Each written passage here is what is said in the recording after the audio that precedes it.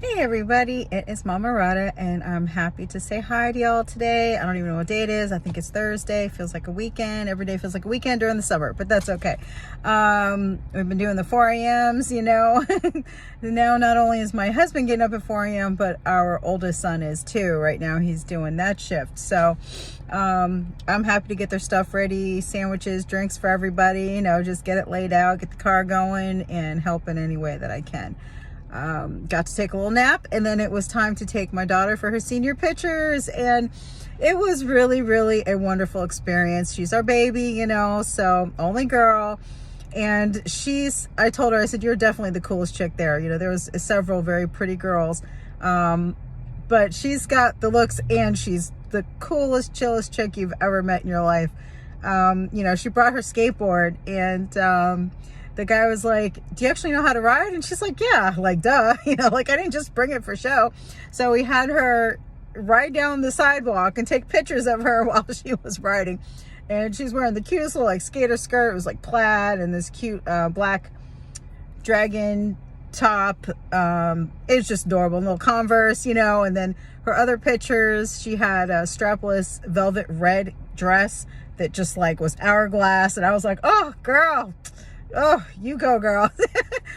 Tall, beautiful, sparkly shoes. I know these guys were like, thank God all these chicks are over 18, because they were like, damn. But they were looking out for her and making sure, hey, she's next, get us out of there and everything like that. And I appreciated that.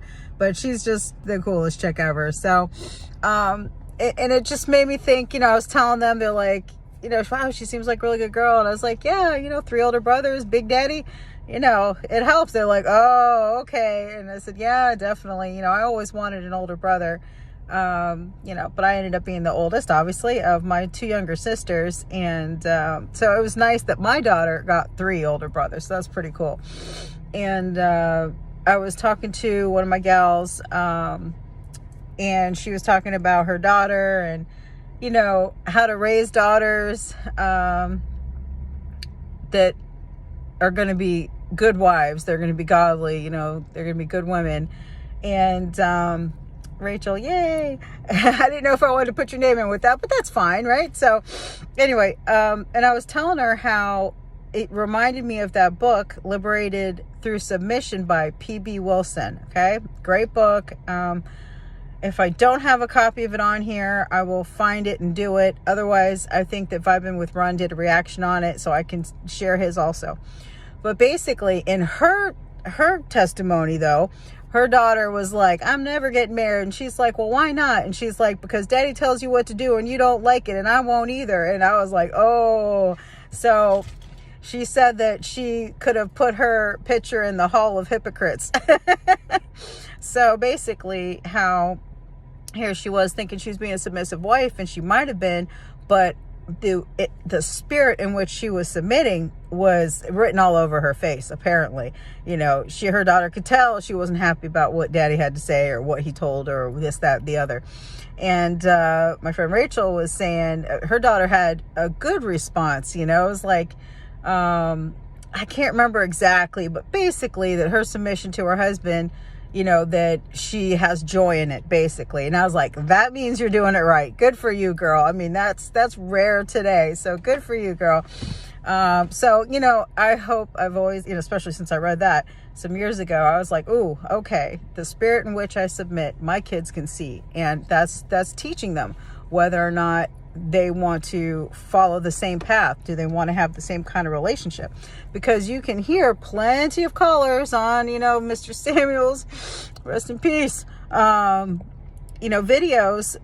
saying their parents married 40, 50, grandparents 65 years. But I don't want to be like them because mama was a slave, or grandma was treated like a slave. And it's like, oh man.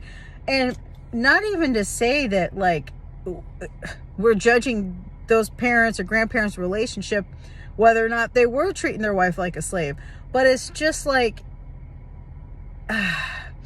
the women very possibly, and in many cases, told their daughters, be independent so you don't have to deal with a man, or you don't have to depend on a man, or whatever, And I hate to say it, my own mother told me the same thing, but I was like, that's not right.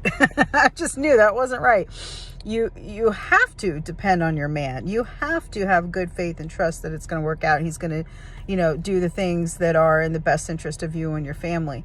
And it makes a difference to your guy, because he's like, why am I out here sacrificing my entire life for you when you don't even fully trust in me? You don't believe in me. That is not a winning combination. So, I really think it's important. And I'm sure not all the mothers said that to their daughters, and they may have still thought that because they don't understand the way that men talk to women, well, the way that men talk, period. And, men very often, especially very masculine men, being assertive and dominant and whatnot, they are very short with what they say. They have a way, and my husband knows he pretty much can say whatever he needs to say to me. I'm not going to take it personally. I know what he means. We know each other. To somebody else, they might be like, oh, wow, he's kind of harsh, or he's harsh. And it's like, nah, no, he's just letting me know what it is. And that's fine. He's being very direct. He's not pussyfooting around. You know what I mean? So, and that's something that a lot of men have had beat out of them by feminism. Just like, oh, you can't talk like a man, you have to talk like a woman. So that, tiptoeing around things and afraid to say things and all this kind of stuff. And that, it ruins the dynamics of things. But anyway, so when women hear a man that actually talks masculine like a man, they're kind of taken aback. So, anywho, so it is important that your kids see that you're serving with a spirit of joy, happiness, that, you're showing that by serving your husband, it is as unto the Lord. Oh, my master's called. I gotta go. Bye.